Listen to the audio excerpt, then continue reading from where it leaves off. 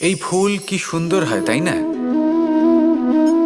মন মোহিত করে দেবার মতো রং, সুগন্ধ, আর এতটাই কোমল হয় যে খুব সহজেই আপনি একে পিষে দিতে পারেন। এই ফুল আপনাকে কিছুই বলবে না, প্রতিবাদও করবে না, আপনাকে আঘাতও করবে না, আপনি কোনো চিৎকারও শুনতে পাবেন না।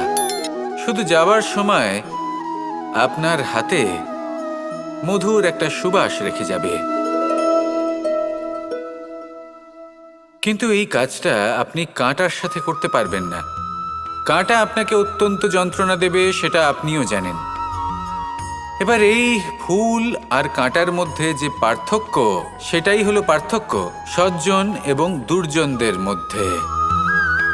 কখনো কখনো আমাদের জীবনে এমন কিছু ব্যক্তি আসেন যারা অত্যন্ত কোমল, তাদের আমরা দমন করে বসি। আর বেশিরভাগ সময় তারাই আমাদের সবথেকে বড় শুভাকাঙ্ক্ষী।